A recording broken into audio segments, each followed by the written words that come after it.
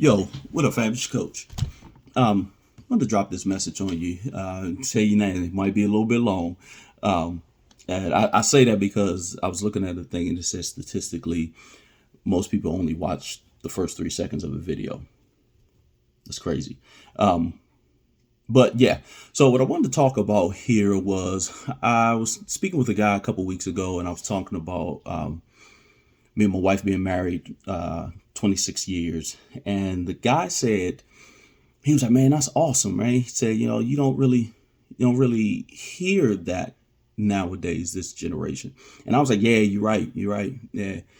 But then I stopped and thought about it.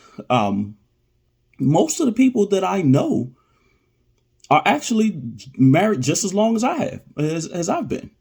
So that we when people hear that we've been married 26 years, they say that that's insane, that's incredible, in which I'm appreciative that we've been married this long, but it's not as uncommon as you think. I have a brother who's actually younger than me that's been married 27 years. I have a cousin, the Kirby's been married almost 27 years. I mean, I can run down a list of folks, family members. The Davises has been married. Both Davises have been married for some years. The Rosses rolling up on year 20. The Sanders are coming up on year 20. The Hunters married almost 25 years. Be 25 years next month. The Haskinses has been married for 20 plus years. I can run down the list. There's so many people that's around me, friends and family, that's been married for just as long as I have. Most of or 15 plus. Let me say it that way, 15 plus. Most of the people that's around me, that's in my circle. Most of them are in between 20 and 25 years. The Hawkinses, they've been married forever as well. So all these folks that I know of who's been married for a really long time, and I'm proud of all of us, if you will. But what that means is, for folks who are not married, that means that it's real. It's not just a fallacy. It's not just one person that you may know. There's a lot of people. There's a lot of people who've been married for some time, because there's more people than you will believe that can make it work. The Parkers have been married for a while down in Georgia. There's a bunch of us. Like I said, I can go on and on. And if I miss some names, I'm sorry, but there's a lot of us. What I found though is, for a long lasting, loving marriage, don't focus on love. I know that sounds weird, but for a long, loving marriage, focus on like. That's how you make a loving marriage. Focus on like. Because what I found is, you tend to do more for a person if you like them, not because you love them. During the pandemic, we were forced to be around each other, our significant others and our family members, or whatever, for longer times than we usually would be, because we may be at work, but we're forced to be in the house. And what happened is, a lot of folks found out that they love their significant other, but they don't like them. And when you don't like a person, you'll find that you'll do less for that person. Like, you have a coworker that you'll do something for, and somebody will say, "Oh, you did that for that person. You love them?" Like, no, you like them. But imagine somebody asks you to do something for a coworker that you don't like. You ain't doing jack for them if you don't have to.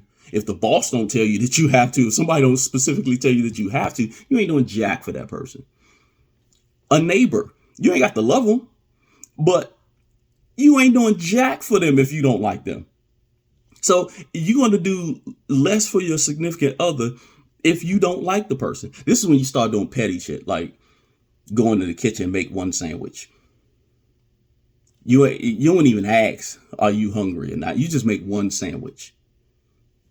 That's when that stuff happens, when you don't like the person. You love that person. You still love your significant other. You still love your spouse, but you don't like them. That's when you start doing crazy stuff, or the petty stuff. Let me say it that way.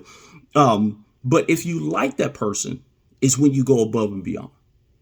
So, like I said, we've been married for a while.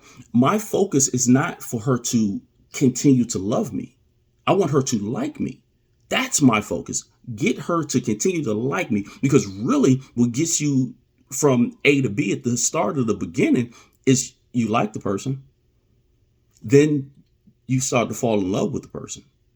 So what gets you there, and we've heard this many a times, what got you in the relationship is what keeps you in the relationship. You got in the relationship with the person because you liked them. They liked you. Let's start from the basics.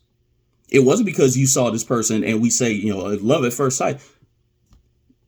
No, no, it's you like her, she likes him. Basic. You like the person and you go on from there. Like, so we have people who are in relationships right now where they love their significant other, but they don't like them. But they'll do for that person to a certain extent because they love them. We have kids. People have children that you love your children, but you don't like them. You don't like them. You got family members. You love them, but you don't like them. So you're going to be limited on what you'll do for that person because you don't like them. So I say all this to say two things. A long marriage for the folks who are single is not impossible. There's plenty of people out here that's doing it. Is like I said, I ran down quite a few names, and I didn't want to put the first names out there because I don't know. I mean, I didn't speak to them before I did this video, so I didn't want to do it that way. But I did acknowledge last name, so they know that I did acknowledge them, and I'm proud of them for that. But the second thing is for the people who are in the relationships. After a certain point, in a relationship, love is not the most important thing. I hear people say all the time, with love, you can conquer all. Can you? Can you? Anybody who's been divorced would tell you that at some point during that relationship, even before it completely ended, they still love them. Some people still love the person before the divorce, during the divorce, and after the divorce. But they didn't stay together because they don't like them. And those who often, or whatever happened, that they didn't like the person no more, before the marriage ended, they already didn't like them. So is love the most important thing, or is it like? Think about that. Coach out.